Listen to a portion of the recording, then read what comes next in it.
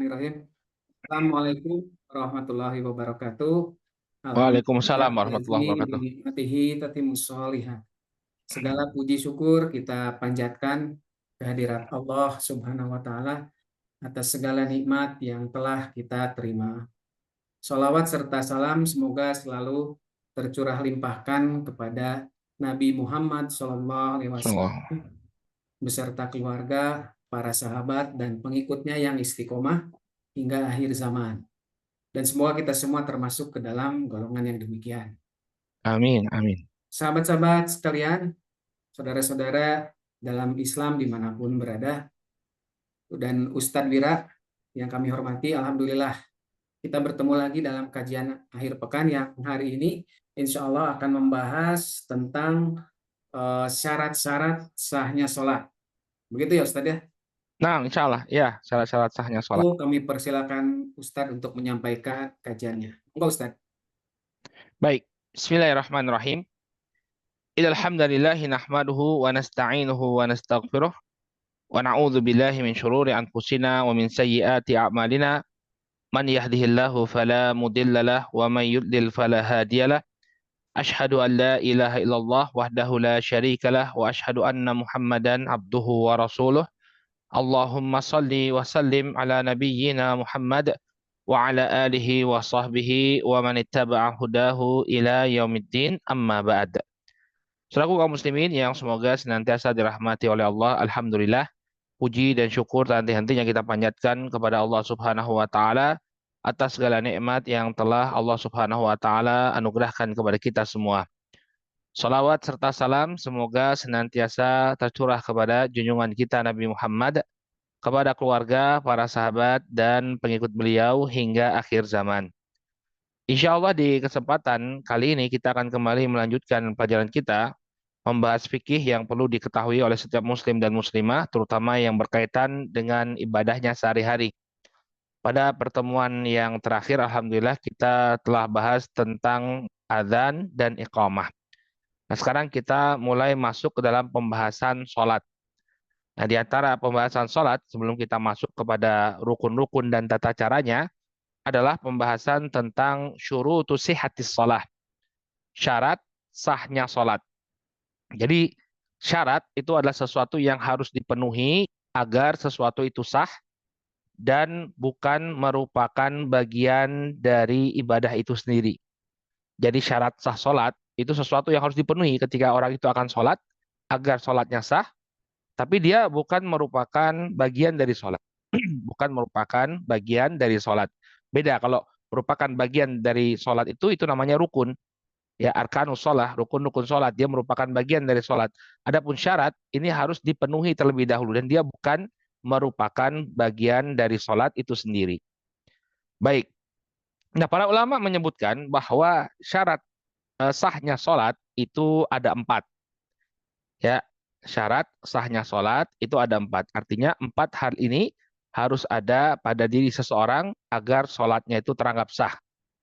Ya, kita belum berbicara tentang tata cara sholatnya atau rukun sholat, tidak. Tapi ini yang harus dipenuhi sebelum dia mengerjakan sholat. Maka syarat yang pertama, kita akan mulai membahas syarat yang pertama. Syarat yang pertama adalah at-toharoh, yaitu suci. Ya, jadi seseorang itu harus dalam keadaan suci. Ya, ketika dia akan melaksanakan sholat. Nah, kemudian kesucian dalam sholat ini terbagi menjadi 4. Nah, ini yang perlu kita ketahui. Jadi ada 4 hal yang harus disucikan sebelum kita memulai sholat. Yang pertama, kata para ulama, adalah toharatul jism minal hadas. Ya, sucinya tubuh dari hadas. Baik itu hadas kecil, demikian juga hadas besar. Ya, jadi misalnya seseorang dia buang air tapi dia belum berwudu, berarti kan dia berada dalam keadaan hadas kecil. Kemudian dia sholat tanpa wudu, ini sholatnya tidak sah. maka dia harus suci dari hadas kecilnya. Atau dia kentut, ya, dia kentut, maka tidak sah sholatnya, ya, ketika dia dalam keadaan hadas hadas kecil. Demikian juga dia harus suci dari hadas besar. Misalnya pada malam hari dia berhubungan suami istri dengan pasangannya, kemudian di pagi hari ketika dia akan melaksanakan sholat subuh, dia wudhu saja, tidak mandi janabah, maka sholatnya tidak sah. Kenapa? Karena syarat sholat itu adalah dia dalam keadaan suci. Ya, suci dari hadas besar itu harus mengharuskan dia untuk mandi wajib, tidak cukup dengan berwudu. Ya, dalilnya adalah firman hadis Nabi Shallallahu Alaihi Wasallam dalam Sahih Muslim. Nabi Shallallahu Alaihi Wasallam bersabda, "La tuqbalu salatun bi ghairi tahurin." Salat itu tidak diterima tanpa bersuci. Ya, jadi ini yang pertama, barakallahu fikum, ya, seseorang harus berada dalam keadaan suci dari hadas, baik itu hadas kecil, demikian juga hadas besar. Cara bersuci dari hadas kecil adalah dengan dia berwudu terlebih dahulu. Adapun cara bersuci dari hadas besar adalah hendaknya dia mandi wajib terlebih dahulu. Ini kesucian bagian pertama, yakni taharatul jism minal hadas. Ya, bersihnya tubuh dari hadas. Kemudian kesucian yang kedua adalah taharatul badani minan najasah. Kesucian badan, ya, dari najis. Artinya pada anggota tubuhnya ketika dia akan sholat tidak boleh, ya, terkena najis. Ya, dia tidak boleh terkena najis, baik itu berupa air kencing, ya, atau kotoran manusia. Ya, oleh karena itu seseorang dia harus betul-betul menjaga, ya, dia harus betul-betul menjaga badannya jangan sampai ada di bagian tubuhnya itu yang mengandung najis. Makanya saya sering mengatakan kepada ibu-ibu itu, ya, kalau kajian ibu-ibu, ya,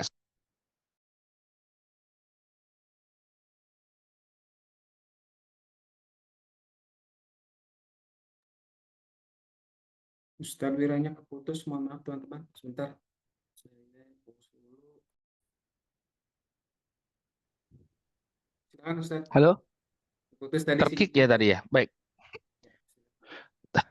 kena terkick tadi ya, keluar. Baik.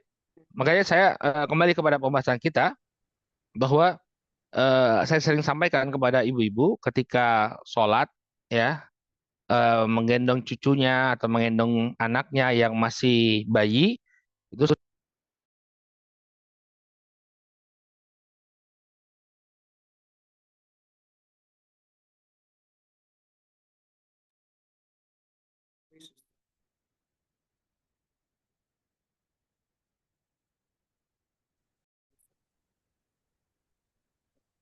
Assalamualaikum. Sinyalnya mungkin Ke, Ustadz. Oke. ke kick ya? Enggak, ini sinyalnya 3 sih lumayan. Oh, ini. Iya, di sini nggak sekuat saya. Baik. Baik, kita lanjutkan.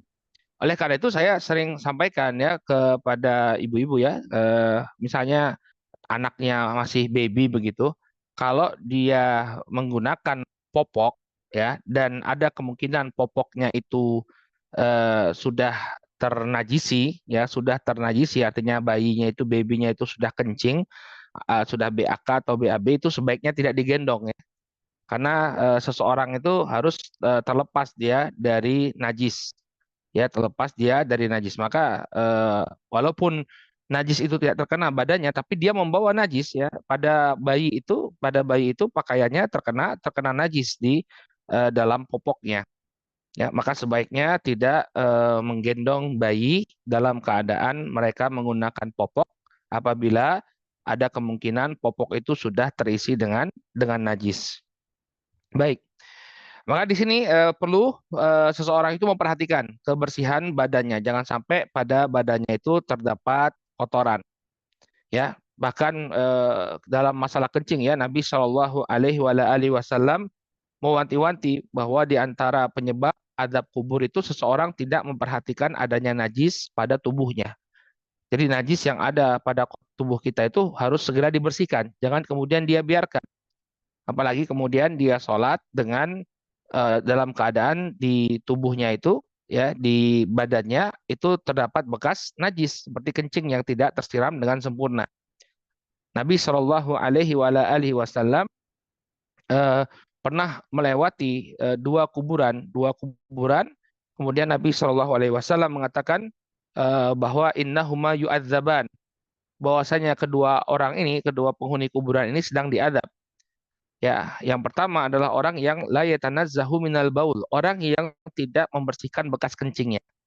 Ya, orang yang tidak membersihkan bekas kencingnya. Artinya ketika dia kencing, bagian tubuhnya yang terkena air kencing itu tidak dia bersihkan secara sempurna.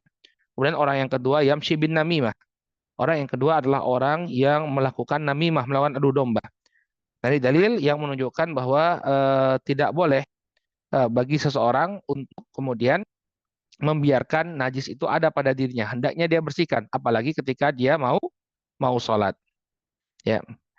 Demikian juga najis-najis yang lain ya, yang tidak berupa kencing ya, misalnya darah haid ya, darah haid ya. Jadi ketika seorang wanita dia bersih dari haidnya ya, bagian darah yang tersisa ya di bagian tubuhnya ini juga harus dibersihkan karena darah haid itu najis ya. Dalam hadisnya Fatimah bin Abi Hubaysh radhiyallahu anha, Nabi SAW mengatakan faida akbalti al haidah fatrukis shalah faida dhahaba ya qadruha faghsili anki dam wasolli. Ya, dalam hadis riwayat Al-Bukhari, Nabi mengatakan kepada Fatimah binti Abi Hubaysh radhiyallahu anha, apabila datang haidmu maka tinggalkanlah sholat, dan apabila telah pergi haid tersebut maka cucilah ya bekas darah, kemudian sholatlah engkau. Jadi bekas darah yang ada di bagian tubuh itu harus dicuci. Ya, tidak sah sholat seseorang ketika najis itu masih berada di tempat di bagian tubuhnya. Jadi ini satu hal yang perlu kita perhatikan. Makanya dalam Islam ya ketika seorang itu BAB, BAK dia harus cebok dengan sempurna. Ini berkaitan dengan syarat sahnya sholat. Dia sudah berwudu tapi masih ada bekas najis di bagian tubuhnya, maka wajib bagi dia untuk membersihkannya dan mengulangi sholatnya. Kemudian toharoh yang ketiga adalah toharotus tsiyab, ya bersihnya atau sucinya pakaian dari najis. Nah, ini juga perhatikan ya, sholat kita itu pakaian kita harus bersih dari najis. Tidak boleh kemudian pakaian itu terkena najis. Ya, makanya ketika kencing juga itu diperhatikan. Makanya ideal itu ketika seorang itu buang air kecil, ya dia atur bagaimana agar percikan air kencing itu tidak mengenai pakaian. Makanya sebenarnya Pak Ujum itu kencing dalam keadaan berdiri itu kurang ideal ya. Kurang ideal seperti kencing di urinoir itu ya. Itu kurang ideal. Kenapa? Karena ada kemungkinan percikan air kencingnya itu akan terkena celana kita. Maka yang paling ideal adalah seseorang ya dia melepaskan pakaiannya kemudian dia pun buang air kecil dalam keadaan duduk. Sehingga percikan air kencing itu tidak mengenai pakaiannya. Nah, ketika percikan air kencing itu mengenai pakaiannya, lalu dia sholat, sholatnya tidak sah. Kenapa? Fathia baka fatohir. Dalilnya kata Nabi, kata Allah Subhanahu Wa Taala, wathia baka fatohir. Dan pakaianmu hendaknya bersihkanlah. Jadi ketika melaksanakan ibadah sholat, pakaian pun harus bersih dari najis. Ya. Dalil lain yang menunjukkan perkara ini adalah apa yang diriwayatkan dalam Sahih dalam Sunan Abi Dawud dari Abu Hurairah radhiyallahu taala anhu, ya bahwa dahulu Khawlah binti Yasar mendatangi Nabi Shallallahu Alaihi Wasallam. Kemudian beliau mengatakan, ya Rasulullah, innahu laisa li illa thawbun wahid wa ana ahyadu fihi, fa kaifa asna.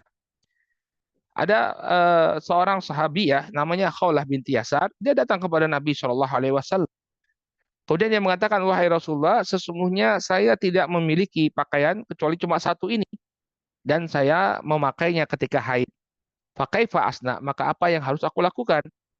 Maka kita perhatikan apa yang disampaikan oleh Nabi Shallallahu Alaihi Wasallam. Ida tohurti fagsilihi thumma salli alaih. Ya, apabila kamu sudah cuci, maka cucilah pakaianmu tersebut, kemudian silahkan kau pakai untuk sholat. Faqalat fa illam yakhrujid dam.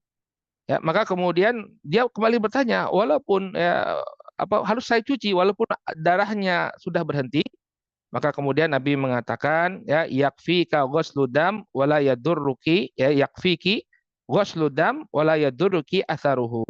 Maka Nabi mengatakan cukup bagimu untuk mencuci darahnya, ya darah yang ada di pakaian tersebut. Adapun kemudian mungkin muncul bekas-bekas, ya maka yang demikian tidak mengapa. Nah, syahid dari jawaban Nabi SAW kepada Khawlah binti Yasar ini adalah beliau perintahkan ya Khawlah binti Yasar untuk mencuci pakaiannya yang terkena darah haid, ya, yang terkena darah haid. Ya, zaman dulu kan belum ada pembalut ya, belum ada pembalut. Jadi ada kemungkinan ketika seorang wanita itu haid ya ada bagian darah yang terkena baju yang dia pakai. Maka Nabi perintahkan untuk mencuci. Ketika dia sudah bersih, maka cucilah baju tersebut, maka silakan kemudian engkau sholat. Nah, ini menunjukkan bahwa pakaian itu juga harus dalam keadaan suci ketika seseorang akan melaksanakan sholatnya. Kemudian yang keempat, toharatul makan anin najasah. Ya. Kemudian yang keempat adalah sucinya tempat sholat. Ya, tempat kita sholat itu harus suci dari najis. Ya, dari najis entah itu mungkin kotoran atau bekas kencing. Ya, makanya memang idealnya seseorang itu ya dia menjaga ya dia sholat di tempat yang tertentu yang memang tidak terkena najis. Apalagi misalnya dia punya hewan piaraan ya, hewan piaraan yang suka pipis sembarangan ya, atau ada bayinya seringnya nggak pakai popok. Nah ini membahayakan juga. Kenapa? Karena najis itu bisa tersebar ya. Oleh karena itu sebenarnya baik ketika seseorang itu sholat ya dengan menggunakan sajadah ya. Jadi sajadah yang benar-benar dijaga kesuciannya, nah dia sholat di sana. Walaupun asal suatu tempat, di asal suatu tempat ketika kita tidak melihat adanya bekas najis, ya maka asal suatu tempat itu suci. Nabi SAW mengatakan ju'ilatil ardu masjidan. Bumi ini telah dijadikan untukku sebagai tempat bersujud. Artinya kapanpun dan dimanapun kita berada, silakan bagi kita untuk sujud. Ya, tapi kalau misalnya dia ingin lebih berhati-hati, ya dia pergunakan alas. Dia pergunakan alas agar dia benar-benar memastikan sholatnya itu di tempat yang suci. Dalilnya adalah kisah Nabi Shallallahu Alaihi Wasallam yang memerintahkan ya ada orang Arab Badui yang kemudian kencing di masjid. Ya, masjid kan tempat sholat, kencing di masjid. Maka Nabi Shallallahu Alaihi Wasallam memerintahkan ya agar masjid tadi bagian yang terkena kencing tadi disiram. Ini menunjukkan bahwa tempat untuk sholat itu harus dalam keadaan suci. Tidak boleh kemudian seseorang itu sholat di tempat yang ada najisnya. Baik, Allahu Ta'ala a'lam. Nah, jadi ini yang pertama syarat dari sholat yaitu dia harus dalam keadaan suci. Dan suci ini dalam empat kondisi, yakni pertama suci tubuhnya dari hadas, kemudian suci badannya dari najis, demikian juga suci pakaiannya dari najis, dan demikian juga suci tempat dia sholat dari najis. Wallahu taala a'lam. Nah, kemudian kita masuk ke syarat yang kedua, ya. Syarat sahnya sholat adalah al-ilmu bidukhulil waktu. Ya, dia sudah mengetahui bahwa waktu sholat telah tiba. Ini sudah kita pernah sampaikan ya ketika kita membahas waktu-waktu sholat. Allah Subhanahu wa taala mengatakan inna sholata kana kitaban mauquta. Ya, sesungguhnya sholat itu adalah ibadah yang telah ditetapkan waktunya. Maka tidak boleh seseorang dia sholat sebelum tiba waktunya. Ya. Kemudian bagaimana cara dia ya untuk mengetahui waktu sholat? Ini caranya ada tiga. Ya, caranya ada tiga. Yang pertama, ya dia langsung melihat langsung. Ya, dia melihat langsung tanda-tanda waktunya sholat. Dan dia diberi kemampuan. Dan ini tidak semua orang bisa ya, terutama untuk sholat subuh dan sholat maghrib ya. Terutama sholat subuh ya. Sholat subuh itu kan terbitnya fajar sodik itu kalau di masa kita sekarang ya, di masa kita sekarang sulit. Kenapa? Karena sudah banyak lampu-lampu listrik ya, sehingga tidak bisa terlihat lagi fajar sodik kecuali di tempat-tempat tertentu. Ya di tempat-tempat yang belum ada listrik sama sekali ya. Kalau kita dulu waktu di pondok pesantren di Gresik itu tempatnya kan banyak tambak ya, sepanjang mata memandang tambak. Jadi masih bisa terlihat fajar sodik itu. Tapi kalau di kota-kota itu seringnya tidak ada terbiaskan dengan lampu-lampu di kota sehingga tidak tampak. Maka dia bisa menentukan waktu sholat dengan melihat sendiri tanda-tanda yang ada, dengan tanda-tanda yang ada. Kemudian yang kedua taklidi, dengan bertaklid, yaitu bertaklid ya dengan orang-orang yang memang ditugasi ya, yang ditugasi untuk untuk mengabarkan kepada kaum muslimin bahwa waktu sholat itu telah tiba. Jadi misalnya dia sholat ya cukup nunggu suara adzan dari masjid karena memang sudah ada orang yang bertugas untuk mengabari ya kapan tibanya waktu waktu sholat. Jadi cukup taklid saja. Ya sudah ini Pak Muadzin sudah adzan ya kita sholat. Kemudian yang ketiga istihadi ya. Ya istihadi artinya dia berusaha ya untuk menghitung-hitung waktu sholat. Nah ini sering terjadi ketika kita memang dalam kondisi tidak bisa melihat matahari. Nah, ini terjadi misalnya kita umroh nih ya, umroh itu kan kadang-kadang di pesawat itu kan kita nggak bisa melihat tanda terbitnya matahari, terbenamnya matahari, ya nggak bisa kita melihat tanda-tanda tersebut. Nah kemudian juga mau bergantung pada muadzin ya nggak ada masjid juga di atas pesawat. Nah, lantas gimana? Istihadi kita beristihad. Jadi misalnya dihitung nih dari Jeddah ke Indonesia ke Jakarta misalnya itu berapa jam. Nah nanti kemudian kita perkirakan.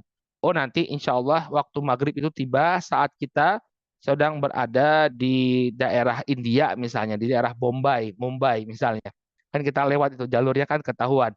Nah itu kita lewat Mumbai itu jam berapa? Ya jam berapa? Nah ini namanya juga menentukan waktu sholat dengan istihadi.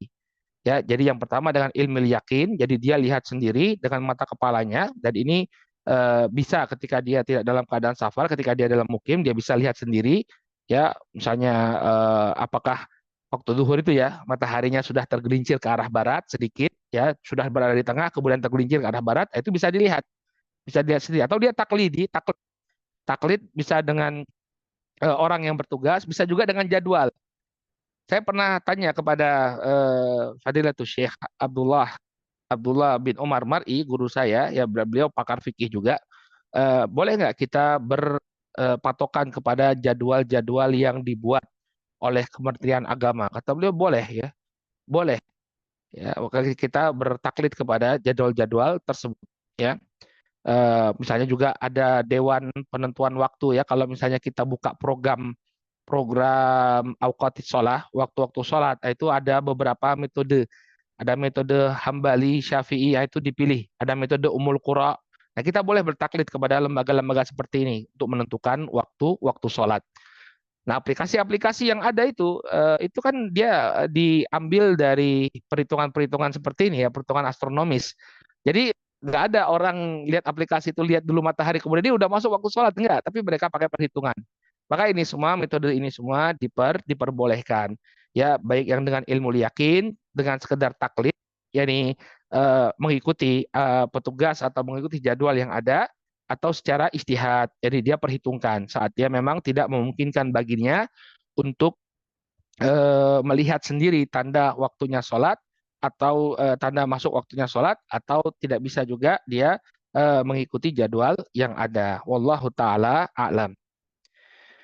Nah, kemudian masalah yang berkaitan dengan sholat pada waktunya ini setelah masuk waktunya bagaimana apabila seseorang dia sholat ternyata dia belum memasuki waktu ya misalnya dalam keadaan hujan.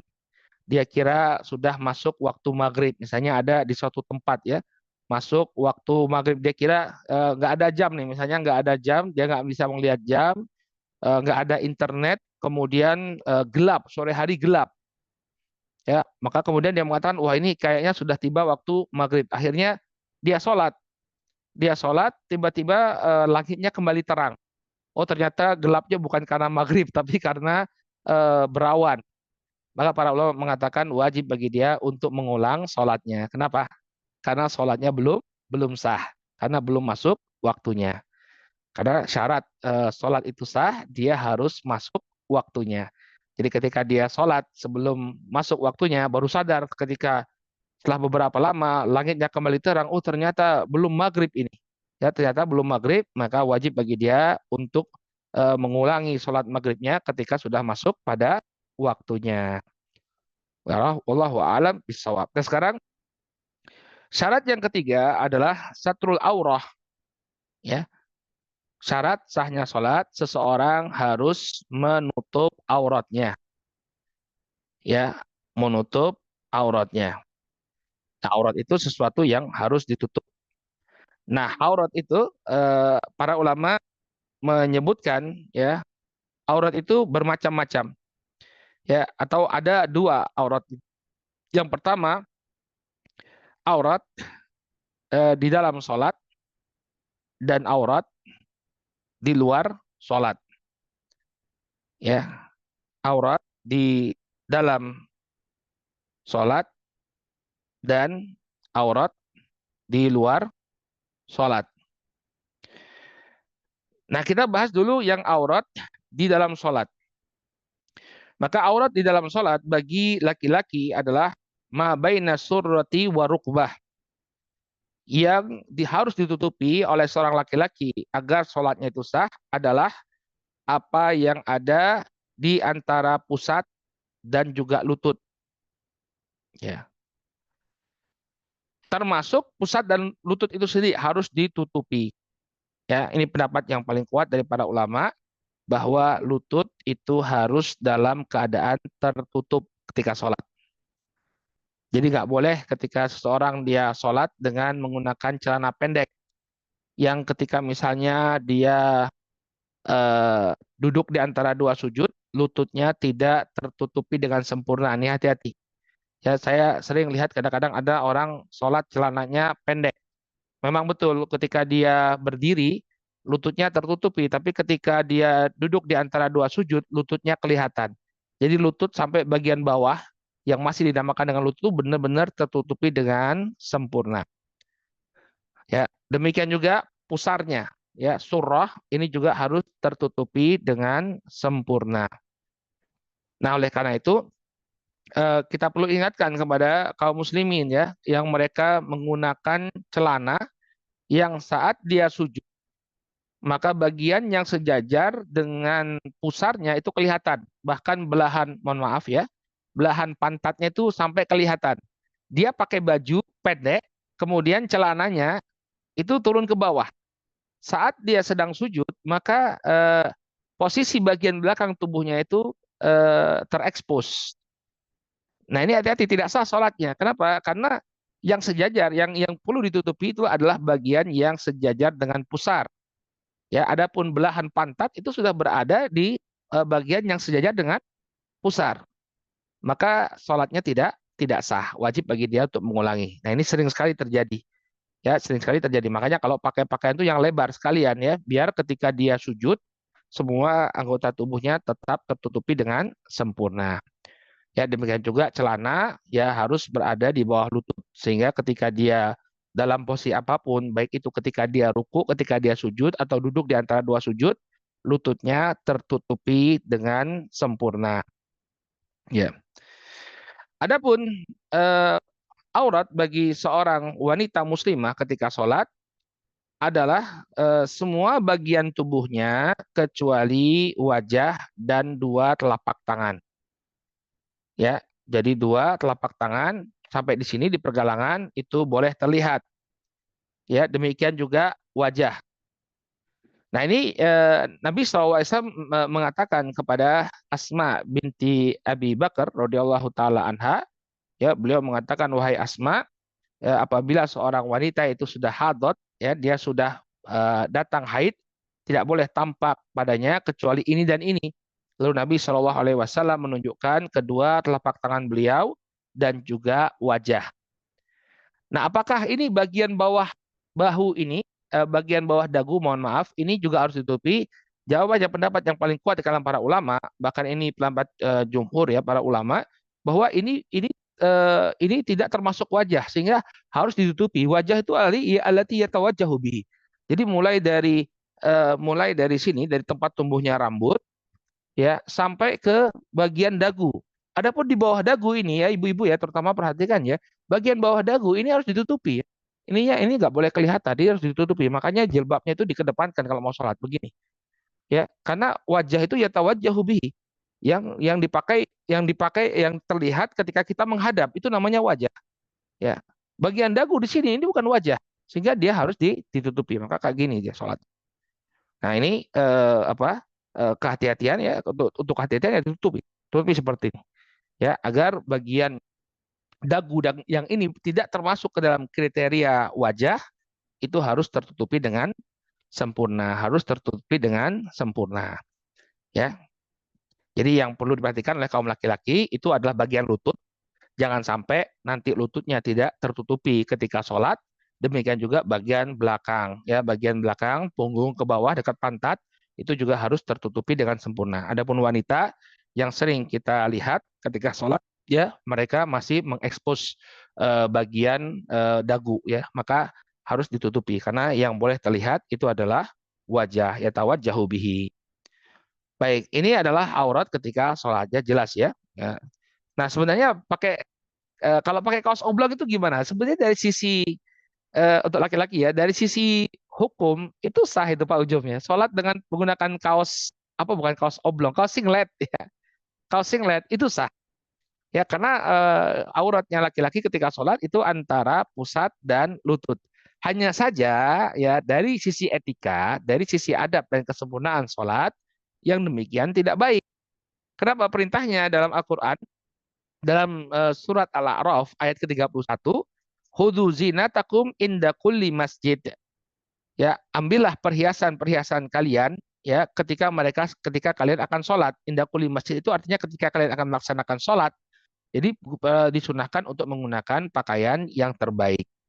Ya, pakaian yang terbaik. Jadi ketika kita menghadap sesama manusia saja itu kurang etis dan kurang sopan, kita hanya menggunakan singlet ya maka ketika menghadap Allah Subhanahu wa taala kita pun hendaknya menjaga penampilan kita ya menjaga penampilan kita menutup aurat dengan sempurna dan tidak menggunakan pakaian yang kurang beretika ya pakai singlet kita kalau ada tamu juga ketemu tamu pakai singlet pun dianggap tidak beretika maka ketika bertemu dengan Allah Subhanahu wa taala hendaknya kita memperbaiki penampilan kita. Walaupun secara fikih sah ya. Kita nggak bicara masalah fikihnya. Kalau fikihnya sah, sholat pakai singlet itu sah. Cuma dari sisi etika, Allah Subhanahu wa taala mengatakan hudzu zinatakum inda kulli masjid. Ya, pakailah perhiasan-perhiasan kalian, artinya pakailah pakaian-pakaian kalian yang bagus setiap kali kalian mau sholat.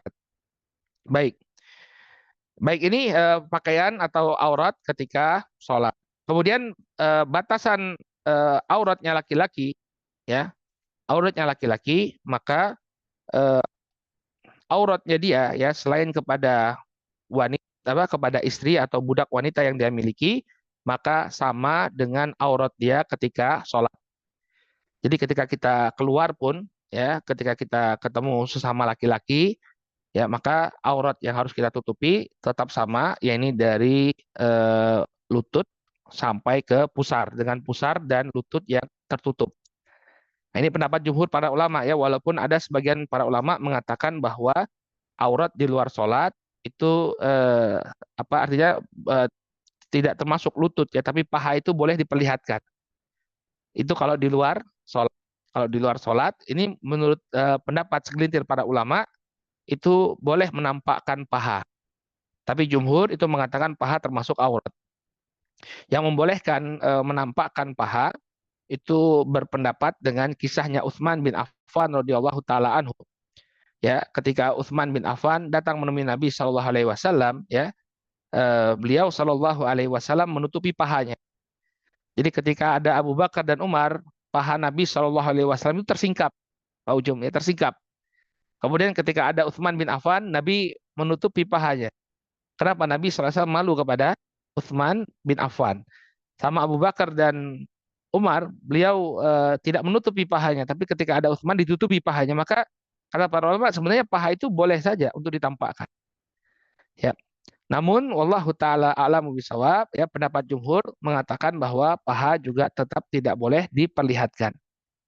Kenapa? Karena ada kemungkinan Nabi Shallallahu alaihi wasallam saat itu beliau lalai, tidak sengaja. Pahanya itu terekspos tidak sengaja. Ketika Utsman datang, baru beliau sadar ternyata pahanya tidak tertutupi. Maka beliau kemudian menutupi paha beliau alaihi salatu wassalam. Jadi demi kehati-hatian, ya, kita kalau mau keluar rumah, ya, kita hendaknya menutupi aurat kita, ya. Kalau pengen pakai celana, ya, celana yang sampai menutupi lutut, sampai menutupi lutut. Kemudian bagaimana auratnya seorang wanita, ya, auratnya seorang wanita ini ada beberapa kondisi, ya, ada beberapa kondisi. Yang pertama, ketika dia berada di depan laki-laki yang bukan mahramnya, ya, dia berada di depan laki-laki yang bukan mahramnya, maka semuanya wajib ditutupi kecuali wajah dan kedua telapak tangan. Jadi ini kondisi yang pertama bagi seorang wanita muslimah, ya. Jadi dia eh, harus menutupi segala semua anggota tubuhnya kecuali wajah dan kedua telapak tangan. Kemudian ketika dia berada, ya, di hadapan wanita yang kafirah, ya, wanita yang kafirah, maka dia boleh menampakkan, ya, apa yang dia pakai di rumahnya, ya, apa yang dia pakai di rumahnya. Jadi anggota wudhu itu terlihat, ya. Jadi dia boleh, tapi tidak boleh kemudian mengekspos semua anggota tubuhnya. Jadi dia menggunakan pakaian rumahnya. Jadi anggota wudhu itu terlihat, ya, boleh bagi dia untuk menampakkan anggota tubuhnya, ya. Kemudian apabila dia di hadapan para wanita, ya, dan mahramnya, maka auratnya itu sama dengan aurat laki-laki.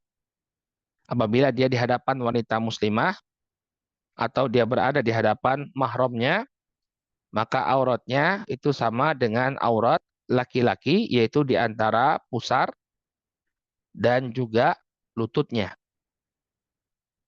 Ya, ini hukum asalnya, kecuali apabila terjadi fitnah. Ya, terjadi fitnah. Misalnya dia kelihatan, mohon maaf, ya, bagian atasnya kelihatan, ya, walaupun itu sama mahramnya itu bisa menggoda, maka ditutupi, ya, maka ditutupi. Ya, tapi kalau misalnya ada darurat, ini kondisi seperti ini, kadang-kadang kan kita di rumah keluarga kita sendiri itu kan kadang ibu-ibu ingin menyusui bayinya, ya, menyusui bayinya. Maka dia boleh, misalnya dia menyusui bayinya itu ada kakaknya atau ada adiknya, ya, dia boleh kemudian menyusui bayinya dalam keadaan mahramnya beredar di dekatnya. Itu nggak jadi masalah. Karena memang auratnya seorang wanita itu antara pusar, ya, dan lutut, ya, ketika dia berada di tengah-tengah wanita muslimah dan juga ketika dia berada di tengah-tengah mahramnya. Adapun ketika eh, dia berada di hadapan pasangannya cuma berdua-duaan, yaitu nggak tutup aurat juga nggak apa-apa. Ya, jadi ini kondisi yang terakhir, baik laki-laki maupun perempuan, saat dia berada di hadapan pasangannya, maka silahkan bagi mereka berdua untuk memperlihatkan auratnya.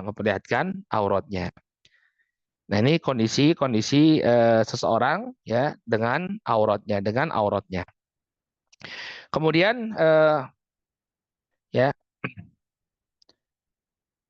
ada beberapa perkara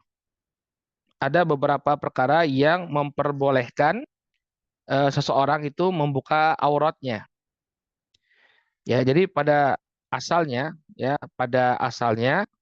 kita itu diperintahkan untuk menundukkan pandangan.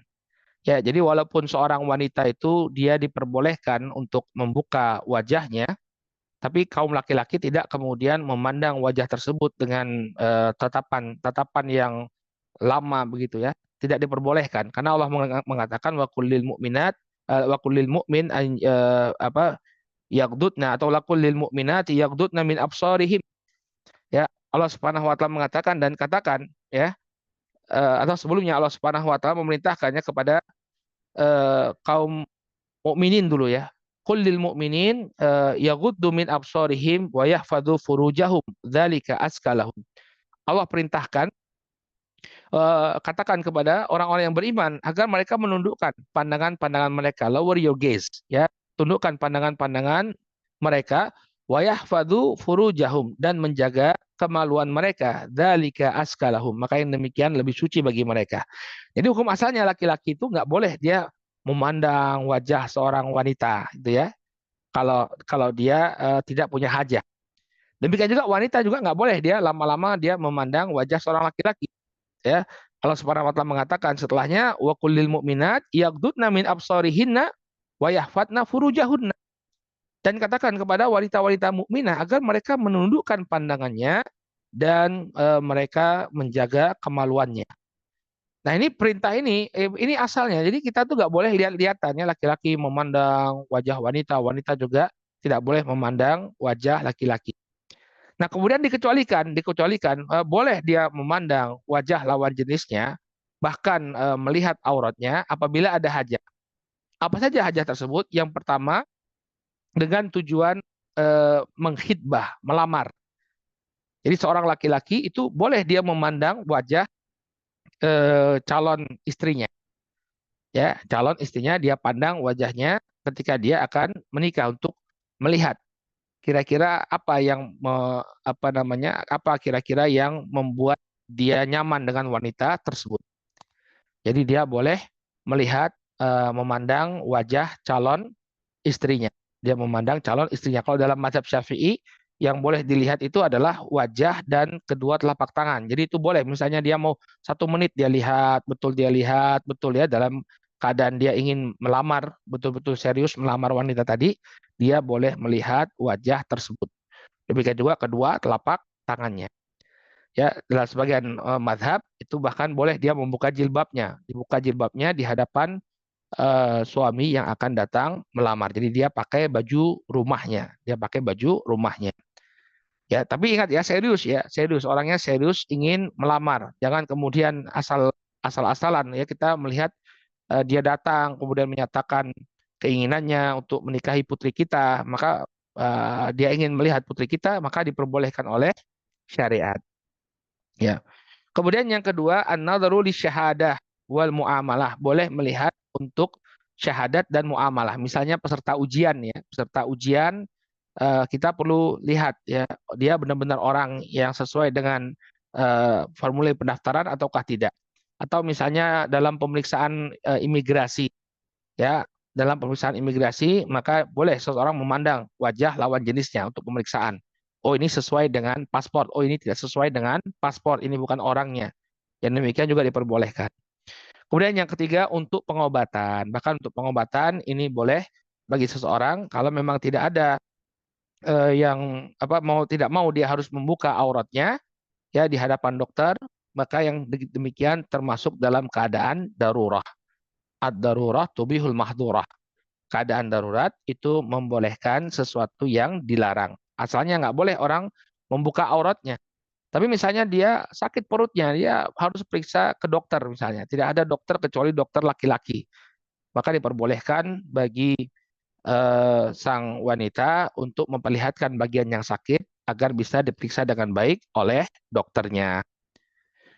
Baik, Ini syarat yang ketiga, yaitu wajib bagi seseorang atau merupakan syarat bagi dia untuk menutup auratnya secara sempurna.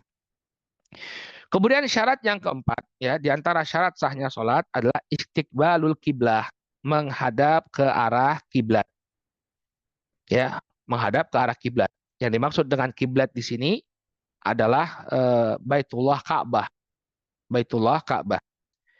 Ya, saat Nabi Shallallahu Alaihi Wasallam diwajibkan bagi beliau untuk melaksanakan ibadah sholat, maka awalnya kiblatnya kaum muslimin itu adalah ke Baitul Maqdis, ke Baitul Maqdis. Ketika itu beliau menolehkan atau melihat-lihat ke arah langit, ya, ketika beliau berpindah ke kota Madinah itu sempat 1 tahun lebih beliau sholat di Madinah itu menghadap ke Baitul Maqdis. Berarti kan ke arah utara, ke Palestina, ke Baitul Maqdis ke arah utara. Nah, kemudian berlalulah setelah beliau hijrah ke kota Madinah 6 atau 7 bulan, Allah Subhanahu wa taala kemudian mengubah arah kiblat menghadap ke Ka'bah, menghadap ke Ka'bah. Kisahnya disebutkan dalam Sahih Al-Bukhari dan Muslim dari Al-Barra bin Azib radhiyallahu anhu. Beliau mengatakan karena Rasul Shallallahu Alaihi Wasallam shalla nahwa Baitil Maqdis sittata asyar atau sabata asyar syahron. Kata Al-Bara bin Azib bahwa dulu Nabi Shallallahu Alaihi Wasallam beliau sholat menghadap ke Baitul Maqdis 16 atau 17 bulan. 16 atau 17 bulan. Jadi setelah pindah dari Mekah menuju Madinah, ya kalau beliau waktu di Mekah ngadapnya ke Baitul Maqdis selalu, ya. Cuma Nabi itu, Masya Allah nih Pak Ujung, beliau itu saking pengennya sholat menghadap Ka'bah, beliau menghadap ke Masjidil Aqsa, cuma mencari arah bagaimana caranya agar Ka'bah itu ada antara beliau dengan Masjidil Aqsa. Jadi ini beliau, ini Ka'bah, ini Masjidil Aqsa-nya. Itu sudah dilakukan oleh Nabi SAW sejak beliau di Mekah. Nah, ketika beliau pindah ke Madinah, ya beliau menghadap ke Masjidil Aqsa, itu selama 16 atau 17 bulan. Kemudian wakana Rasul Shallallahu Alaihi Wasallam yuhibbu an yuwajjaha nahwal Ka'bah, dan Nabi itu sangat pengen Allah Subhanahu Wa Taala memalingkan kiblat ke arah Ka'bah. Maka turunlah firman Allah Subhanahu Wa Taala, qad nara taqalluba wajhika fis sama, ya, turunlah firman Allah Subhanahu Wa Taala bahwa kami telah melihat engkau, ya, berbolak-baliknya pandanganmu wahai Muhammad ke atas langit. Ini untuk meminta pergantian kiblah. Maka kemudian wali wajhaka syatrul masjidil haram. Maka Allah Subhanahu wa taala memerintahkan untuk memalingkan wajah ke Masjidil Haram, yakni ke arah Baitullah Ka'bah. Nah, ini dalil yang menunjukkan bahwa sholat itu wajib untuk menghadap kiblat. Yang dulunya menghadap ke Baitul Maqdis, sekarang menghadap ke Masjidil Haram, menghadap ke Masjidil Haram. Nah, sekarang bagaimana seseorang memenuhi syarat menghadap kiblat? Kalau dia berada di depan Ka'bah, maka wajib, tidak boleh tidak, dia harus benar-benar menghadap Ka'bah. Karena dia bisa melihat Ka'bah. Jadi nggak boleh miring kanan, miring kiri, enggak. Anda harus lurus menghadap Ka'bah. Namun apabila seseorang dia berada jauh dari Ka'bah, maka dia hendaknya menentukan di mana arah Ka'bah itu berada. Lalu dia menghadap ke arah sana. Misal, ketika kita di Indonesia, kita tahu bahwa arah kiblat itu tidak pas di barat, ya. Kalau dulu orang zaman dulu kiblat itu barat, ya. Sebenarnya nggak di barat, ya. Timur, tenggara, timur, timur, tenggara, selatan, barat daya, barat, barat laut, ya. Sebenarnya kiblat kita itu di arah barat laut. Maka ketika seseorang yang berada jauh dari Ka'bah, dia tidak bisa melihat Ka'bah secara langsung, maka cukup bagi dia untuk menghadap ke arah kiblat. Bukan ke kiblatnya, tapi ke arah kiblat. Kalau misalnya kita tahu di Indonesia, kiblat itu berada di arah barat laut, maka ketika seseorang itu sudah menghadap ke arah barat laut, itu sholatnya sudah sah.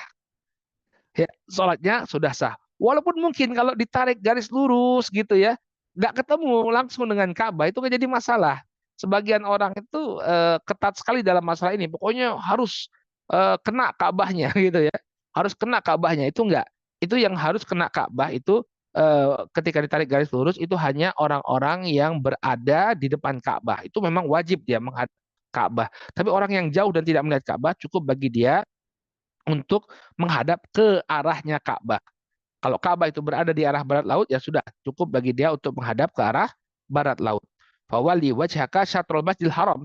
Ya, syatrul masjidil haram, ke arah Masjidil Haram.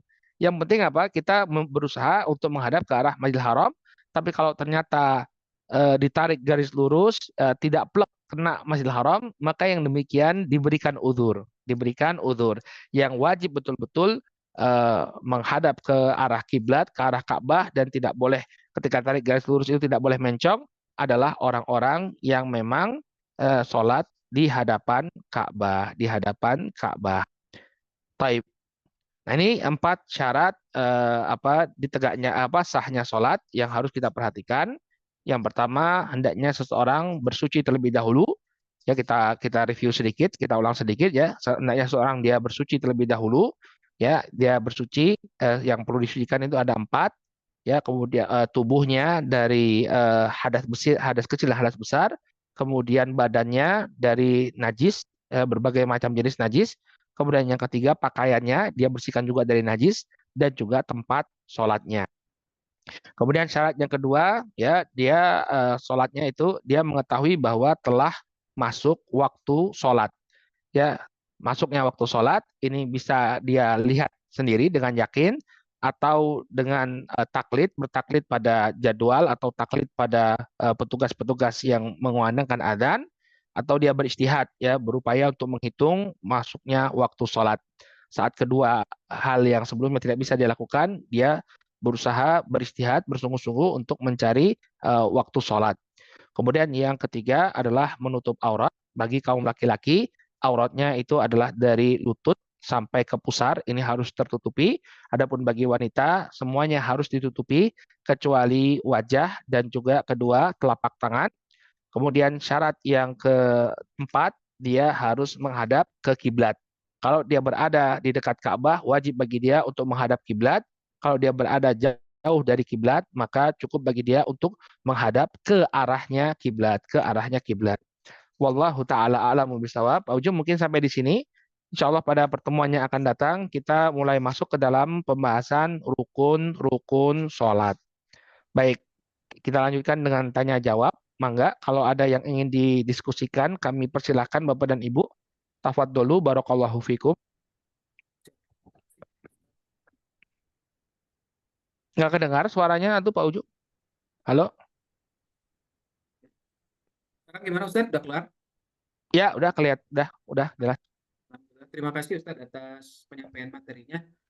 Mudah-mudahan akan banyak pertanyaan karena terkait dengan sholat ini kan maksudnya aktivitas ibadah kita sehari-hari gitu. Jadi kita Ah, tunggu teman-teman. putus-putus ya. Putus-putus. Teman-teman silakan jika ada pertanyaan. Mungkin akan saya coba eh, dulu coba dulu ya, Pak Ustadz. Ini yang sering ditanyakan Ustadz, sempat di grup alumni juga sempat jadi pembahasan Ustadz. Cukup jelas suaranya? Hmm, Ya. mangga, Ini mangga. Ya. terkait Ya, dengan udah. syarat suci. Syarat sucinya tempat sholat Ustadz. Ya. Terutama ini terkait Ya, dengan teman-teman yang ada peliharaan kucing biasanya Ustadz. Nah, sempat ada perdebatan waktu itu di grup kami itu, di grup alumni, katanya kucing sama sekali tidak boleh ada di atas sajadah kita gitu, tempat sholat kita. Itu gimana Ustaz? ya, kalau dalam mazhab Syafi'i, bulu dari kucing itu termasuk najis karena dia bagian bagian dari tubuh hewan yang tidak boleh dimakan. Maka dia terhitung najis dalam mazhab Syafi'i. Hmm. Nah, jadi kalau ada yang mengatakan tuh nggak boleh tuh ada karpet, karpet itu kemudian didudukin kucing karena bulunya akan rontok. Memang seperti itu mazhab Syafi'i. Tapi dalam mazhab Syafi'i sendiri, karena kucing itu adalah seekor hewan yang sering hewan piaraan dan sering beredar di tengah-tengah kita, Hmm. maka rontoknya bulu kucing itu termasuk najis yang ma'fu anhu. Istilah Hmm. fikihnya itu ma'fu anhu itu artinya najis yang dimaafkan karena volumenya itu kecil dan juga keberadaan kucing yang sering beredar di tengah-tengah kita Oke. ya. Jadi itu yang jadi masalah mungkin di grup karena ada yang berpegang dengan mazhab Syafi'i Mereka Hmm. memang dalam mazhab Syafi'iyah bulu dari seekor hewan yang tidak dimakan itu najis dia Pak Ujum. Nah, Hmm. makanya dikatakan kucing kucing nggak boleh nih di karpetnya kita karena kalau rontok bulunya kita sholat tuh nggak sah. Ya, tapi kalau kita telaah lagi pendapatnya mazhab Syafi'i juga Hmm. bahwa walaupun dia terhitung najis, akan tetapi najis yang ma'fu anhu, najis yang dimaafkan. Karena volumenya kecil dan Hmm. keberadaan kucing yang sering beredar di tengah-tengah rumah kaum muslimin. Jadi itu penjelasannya. Tapi kalau mau hati-hati, ya memang hati-hati ya gitu tadi ya, pakai sejadah. Kalau sejadahnya habis sholat habis dipakai sholat, jadi apa namanya dilipat gitu ya biar kucing nggak sempat untuk naik ke atas sejadah tempat kita sholat Hmm. begitu Pak Ujum wallahu a'lam. Ya, terima kasih Ustaz. Nah, silakan teman-teman jika ada. Kalau tidak, saya akan lanjut dengan pertanyaan selanjutnya kalau boleh. Kita masih ada waktu Ya, untuk tanya jawab ya Ustaz. Boleh. masih insya Allah sampai jam 5 masih bisa insya Allah. Sambil menunggu pertanyaan teman-teman yang lain, silakan teman-teman kalau misalkan ini bisa langsung dibuka saja mic-nya kalau ingin bertanya. Ini sekarang terkait masih ada sedikit kaitannya dengan tadi tempat yang sholat itu, Ustadz. Kalau Hmm, terkait dengan apa sutroh gitu kan, yang tidak boleh dilewati oleh makhluk atau tidak boleh ini. Nah kalau yang lewat itu kucing tadi gimana Ustadz? Nggak masalah tidak Ustadz? Apakah sholat kita tetap sah? Karena seringkali atau ya tentang kita aja punya hukum. kita punya kucing tuh kita lagi sholat tiduran aja di depan kita gitu. Itu gimana Ustadz? Ya kalau dia tiduran aja di depan nggak jadi masalah. Kalau lewat, nah kalau lewat. Jadi hukum sutro itu pendapat yang paling kuat dari para ulama hukumnya bukan wajib tapi sunnah. Hmm. Artinya kalau ada orang yang lewat pun ya sholat kita tuh tetap sah kecuali dua aja yang nggak boleh lewat, perempuan sama anjing, yaitu yang tidak boleh lewat di depan seseorang ketika ketika sholat ya. Kemudian juga Pak Ujum yang dimaksud tidak boleh lewat di depan orang sholat itu ada range-nya. Range-nya itu adalah sejarak tempat kita sujud. Ya, sejarak tempat kita sujud. Jadi misalnya kalau Pak Ujum sujud butuh butuh tempat area di depan itu 1 meter ya ketika ada orang lewat di radius di luar 1 meter itu nggak jadi masalah. Demikian penjelasan Al-Imam Ibnul Jauzi rahimahullahu taala salah seorang ulama mazhab Hambali bahwa yang dimaksud dengan tidak boleh melewati orang sholat itu ada batasnya. Jadi misalnya kita sholat di sini, kemudian 2 meter di depan kita orang lewat, itu hilir mudik itu nggak jadi masalah. Dan itu pun bukan suatu hal yang wajib. Sutroh bukan suatu hal yang wajib. Ya, hukumnya sunnah. Dan sutroh pun bisa dalam bentuk apapun. Ya, bisa dalam bentuk papan, ya, atau dia tiang, ya, atau bahkan menurut fatwa Syekh Abdul Aziz bin Baz, mufti kerajaan Saudi Arabia, garis sejadah itu sebenarnya sudah mencukupi untuk dianggap sebagai sutroh. Batas Garis sejadah. sejadah itu, batas sejadah itu Iya. sudah dianggap sutroh. Artinya ketika ada orang lewat di luar garis sejadah itu, maka dia tidak berdosa lagi, tidak jadi masalah. Ya, jadi ini penjelasan para ulama bahwa sutroh itu ada jaraknya. Jadi kalau misalnya seseorang sudah melewati batas garis sejadah itu, ya nggak jadi masalah. Yang nggak boleh nanti dia itu lewat itu pun nggak boleh pun artinya makruh hukumnya ya. Ya, Hmm. jadi ketika dia lewat di depan sholat itu maksudnya di tempat sejarak dia sujud itu.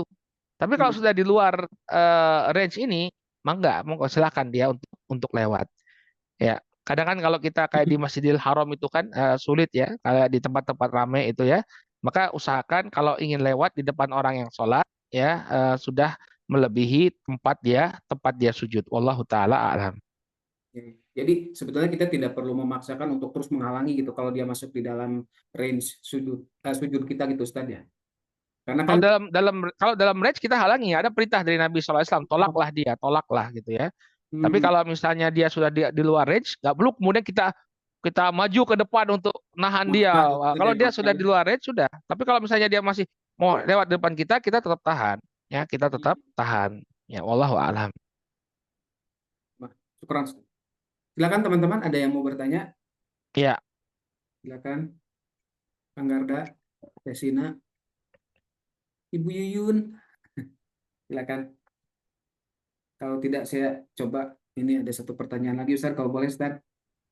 Ini terkait Cukup jelas, insya Allah. ya, cukup jelas Ustaz. Ini kalau boleh satu pertanyaan lagi saya Ustaz. Tadi terkait syarat Mangga, mangga. syarat sholat itu mengetahui bahwa waktu sholat telah tiba. Nah, seringkali dalam dalam Ya, satu situasi di mana kita sedang terburu-buru gitu Ustaz ya. Nah, apakah kita tuh tunggu dulu azan itu selesai, atau saya juga soalnya sering beberapa kali melihat ada teman-teman atau muslim itu ya yang azannya belum selesai tapi langsung sholat, itu gimana Ustaz? dia berada di masjid atau di luar masjid? Di luar masjid, Kalau dia berada di masjid, dia ikut seringkali di luar itu yang di masjid. luar Kalau di masjid. luar masjid, yang penting sudah masuk waktu sholat, walaupun azannya belum selesai berkumandang. Jadi Hmm, sahnya sholat, syarat sahnya sholat itu adalah masuknya waktu, bukan selesainya azan. Jadi oke. kalau misalnya dia sudah memastikan waktu sholatnya sudah tiba, artinya kan azan berkumandang itu kan artinya sholat sudah tiba. Dan dia dalam keadaan terburu-buru, lalu dia sholat, maka sholatnya sah. Sholatnya sah, ya. Walaupun azan belum selesai berkumandang.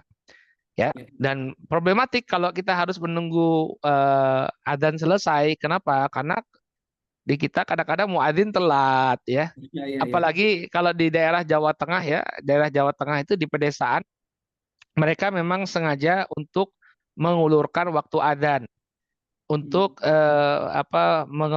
untuk ngepasi waktu mereka selesai kerja dari sawah. Jadi ya. kadang adzan itu baru jam 4 atau bahkan setengah 5 mereka undurkan. Nah, kalau kita patokannya adzan, ya nggak sholat-sholat kita. Ya, jadi patokannya adalah masuknya waktu sholat. Ya, siap. Ya, Ya, cukup jelas Ustaz. Syukran. Monggo baik. teman-teman, jika ada yang ingin masih bertanya, silakan. Apakah ada yang mau bertanya? Jika tidak mungkin kita tutup saja Ustaz ya. Tidak apa. Ya, ya baik. Ya, Kalau gitu, kalau alhamdulillah, Bapak dan Ibu, kita telah selesaikan ya pembahasan tentang syarat sahnya sholat. Ya, mudah-mudahan menambah wawasan kita ya dalam masalah hukum Islam. Insya Allah di pertemuan yang akan datang kita akan bahas tentang rukun-rukun sholat. Ini mungkin nggak selesai dengan satu pertemuan, tapi insya Allah nanti kita akan bahas secara gradual. Bismillah ta'ala. Kita cukupkan dulu sampai di sini. Subhanakallahumma wa bihamdika asyhadu an la ilaha illa anta astaghfiruka wa atubu ilaik. Wassalamualaikum warahmatullahi wabarakatuh. Waalaikumsalam warahmatullahi wabarakatuh. Wabarakatuh. Syukran Ustaz, terima kasih Ustaz. Terima kasih juga Makasih semua, terima ya. kasih, hatur Ya. nuhun. Barakallahu fikum wabillahi taufik wal hidayah. Wassalamualaikum warahmatullahi Salam. wabarakatuh. Nuhun. Ya. Waalaikumsalam warahmatullahi wabarakatuh. Ya.